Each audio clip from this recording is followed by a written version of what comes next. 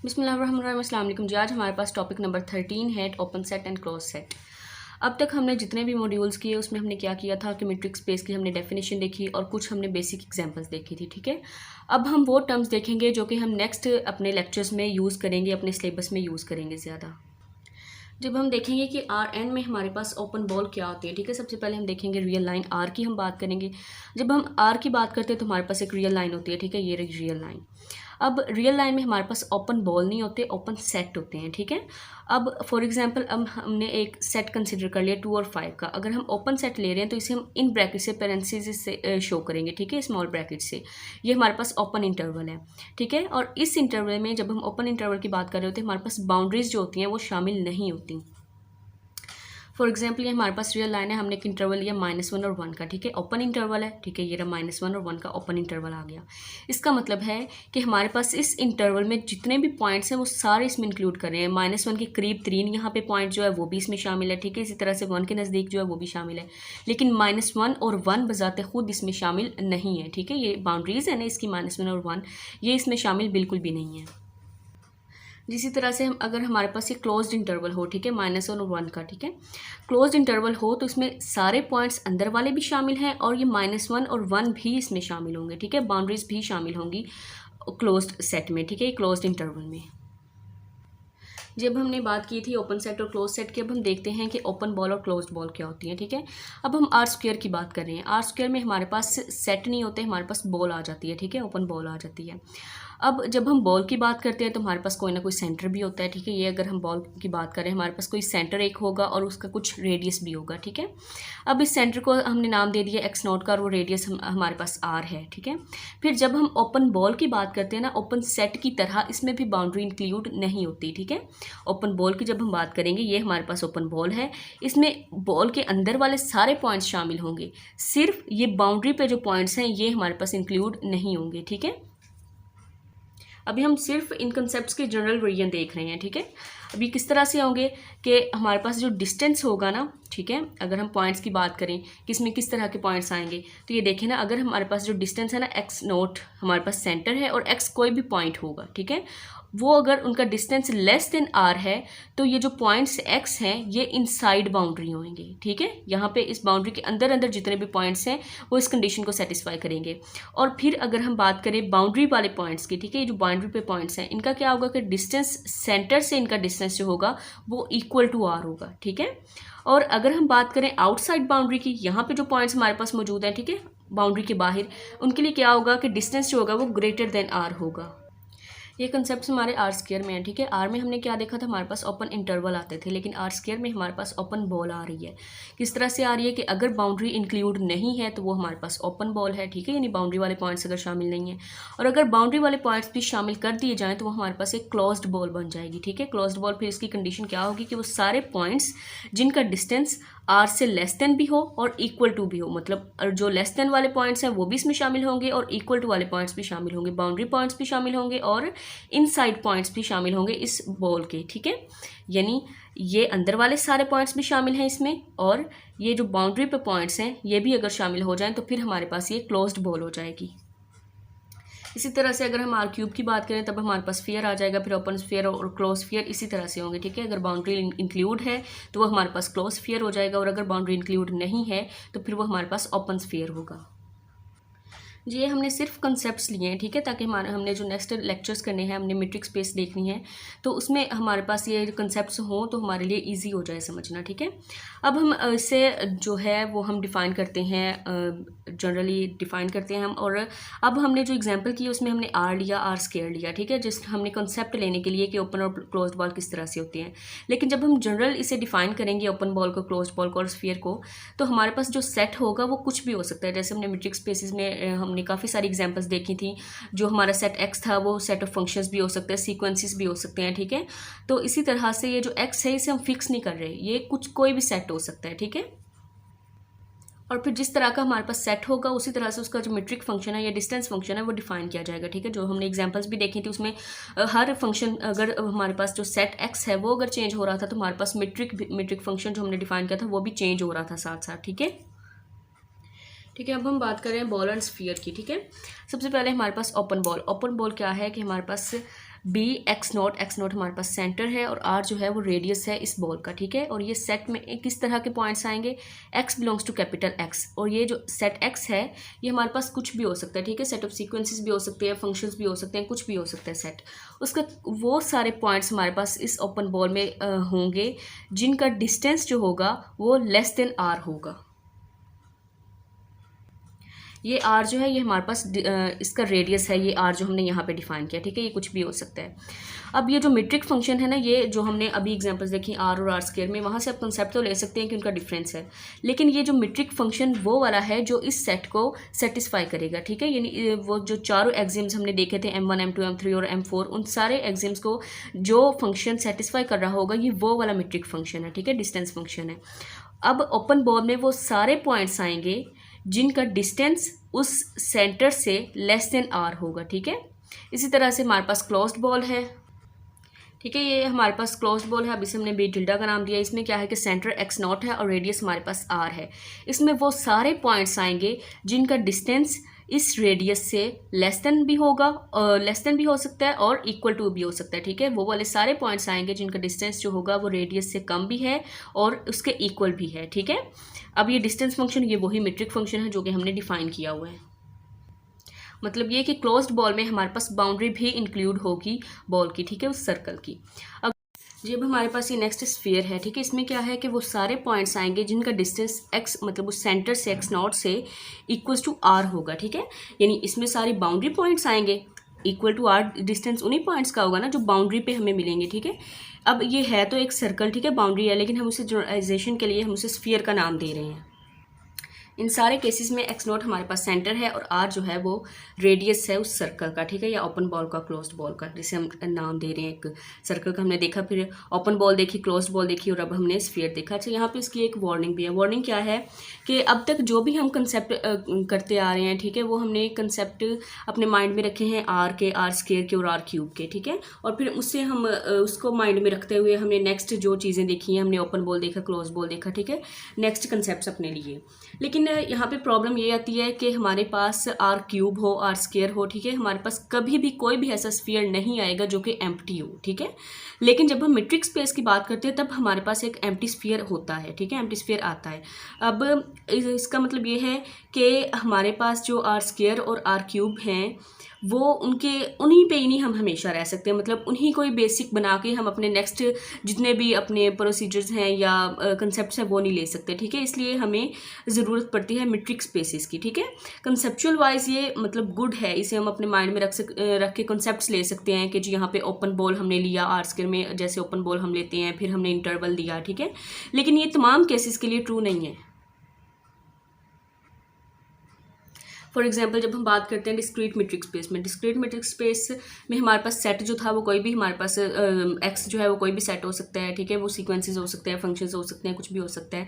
और उस पर जो हमने मीट्रिक डिफाइन की थी वो किस तरह से था कि अगर दो सेम पॉइंट्स हैं उनका डिस्टेंस जो होगा वो जीरो के इक्वल होगा, ठीक है, D X X equal to zero. और जो अगर डिफरेंट पॉइंट्स होंगे X is not equal to Y, तो फिर हमारे पास जो डिस्टेंस है वो 1 के इक्वल है, ठीक है। अब अगर हम इस चीज़ को लें अपने, मतलब जो हमने अभी कंसेप्ट लिए हैं ओपन बॉल के, क्लोज्ड बॉल के, तो फिर क्या होगा, ओपन बॉल में क्या था कि वो सारे पॉइंट्स आएंगे जो कि लेस देन आर हैं, ठीक है, और क्लोज्ड बॉल में क्या था, लेस देन और इक्वल टू आर हैं, ठीक है, यानी बाउंड्री भी इंक्लूड थी। और फिर जब हम ओपन और क्लोज्ड बॉल को सब्ट्रैक्ट करते थे तो हमारे पास बाउंड्री आ जाती थी, ठीक है। ऐसे ही है ना, मतलब हमारे पास कोई भी एक सर्कल हो, उसके जो है ओपन बॉल में सारे अंदर वाले पार्ट शामिल हैं और क्लोज्ड बॉल में हमारे पास बाउंड्री भी इंक्लूड है, ठीक है। जब हम फिर उसे सब्ट्रैक्ट करेंगे तो फिर हमारे पास सिर्फ बाउंड्री आ जाएगी, ठीक है, एक हमारे पास स्फीयर आ जाएगा। लेकिन जब हम बात करते हैं ना डिस्क्रीट मीट्रिक स्पेस की, तो फिर हमारे पास हम अगर बात करें इनसाइड की, तो इनसाइड में तो हमारे पास कोई भी वैल्यू नहीं है स्फीयर के, ठीक है, क्योंकि हमारे पास डिस्क्रीट मीट्रिक स्पेस है, ये कंटिन्यूस नहीं है, ठीक है। और जो हम आउटसाइड की बात करें वो सिर्फ हमारे पास बाउंड्री होगी एट अ डिस्टेंस 1, ठीक है, ये हमने डिस्टेंस जो है वो भी फिक्स कर दिया हुआ है। तो फिर जब हम इसे सब्ट्रैक्ट करेंगे तो हमारे पास एम्प्टी सेट आ जाएगा, ठीक है, एम्प्टी सेट आएगा, यानी स्फीयर हमारे पास एम्प्टी हो जाएगा। यही हमारे पास वार्निंग है, वार्निंग कह लें या लिमिटेशन कह लें कि जब भी हम बात करते हैं ना आर स्क्वायर की, आर क्यूब की, तो हमारे पास एम्प्टी स्फीयर नहीं आता, ठीक है।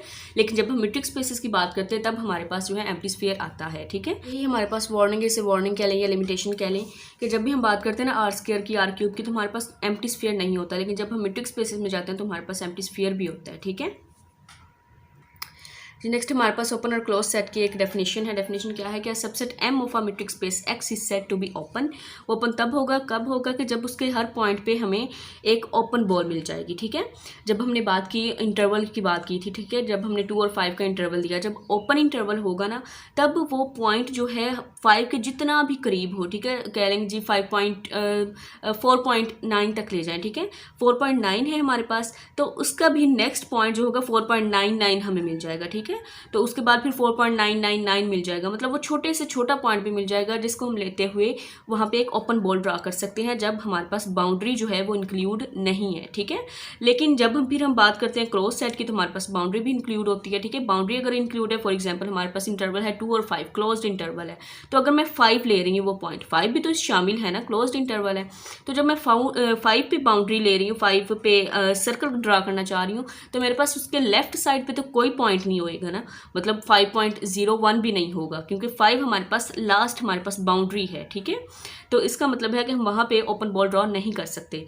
Subset K of a metric space X is said to be closed if its complement is open, ठीक है। कॉम्प्लीमेंट क्या चीज़ है कि x minus K is open, यानी के में से के सारे पॉइंट्स अगर निकाल दें तो बाकी जो पॉइंट्स बने वो ओपन हो और के जो है वो ओपन ना हो, तो फिर वो हमारे पास क्लोज्ड होगा, ठीक है। जब उसका कॉम्प्लीमेंट ओपन होगा तो वो फिर बजाते खुद क्लोज्ड होगा सेट।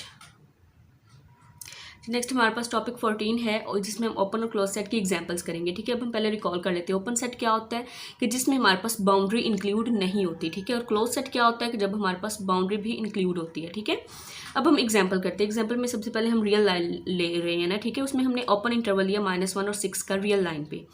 अब ओपन इंटरवल है, ठीक है, तो ओपन इंटरवल में हर पॉइंट पे हमें एक ओपन बॉल मिल जाएगी, ठीक है। फॉर एग्जांपल अगर मैं पॉइंट ले रही हूँ, यहाँ पे हमारा पॉइंट है, ठीक है, ये पॉइंट फॉर एग्जांपल अगर 2 है 3 है तो इसके राउंड अबाउट भी हमें ओपन बॉल मिल जाएगी, ठीक है। ये रही ओपन बॉल, ये देखें, उसके नेबरहुड पॉइंट्स मिल जाएंगे जो कि ओपन बॉल बना रहे होंगे, ठीक है। इसी तरह से अगर हमारा जो पॉइंट है वो बाउंड्री के बिल्कुल करीब हो, ठीक है, अगर यहाँ पे फॉर एग्जांपल से ये है 5.9 है तो हमें 5.99 भी एक पॉइंट मिल जाएगा, ठीक है, जिसको हम लेते हुए एक ओपन बॉल ड्रा कर सकते हैं। फिर अगर हम पॉइंट 5.99 लें तो हमारे पास पॉइंट 5.999 आ जाएगा, ठीक है। यानी हम जितना मर्जी क्लोज चले जाए ना बाउंड्री के तो हमारे पास जो है वो एक ओपन बॉल मिल जाएगी और ये इंटरवल जो है वो ओपन है, ठीक है, इसीलिए हमें मिल जाएगी क्योंकि ये जो पॉइंट 6 और -1 है ये इंक्लूड इसमें नहीं है, बाउंड्री पॉइंट्स इंक्लूड नहीं है ओपन इंटरवल में। अगर हम क्लोज इंटरवल कंसीडर करें ना, -1 और 6 अब ये क्लोज इंटरवल है, ठीक है, यानी बाउंड्री जो -1 है और 6 है ये भी शामिल है, ठीक है।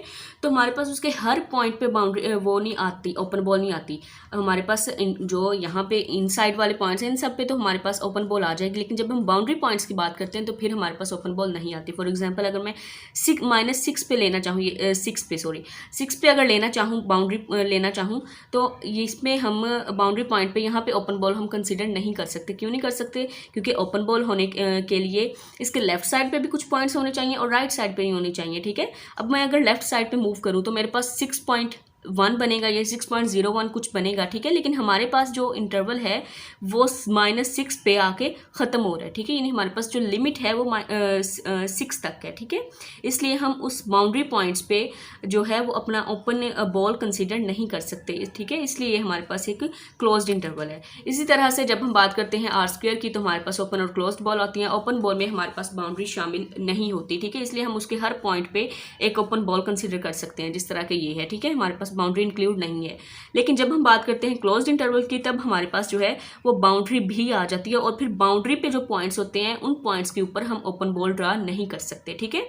और ओपन होने की कंडीशन यही है कि उसके हर पॉइंट पे हमें एक ओपन बॉल मिले, ठीक है, जो उस इंटरवल में शामिल है ना पॉइंट्स, उन सब पॉइंट्स में हमारे पास ओपन बॉल एक मिले, ठीक है। और जब हम हमारे पास क्लोज्ड इंटरवल होता है तो उस पर जो बाउंड्री पॉइंट्स होते हैं ना वो भी शामिल होते हैं, ठीक है, तो उन पॉइंट्स पे फिर हम ओपन बॉल कंसीडर नहीं कर सकते, इसलिए हमारे पास जो वो इंटरवल होता है वो क्लोज्ड हो जाता है।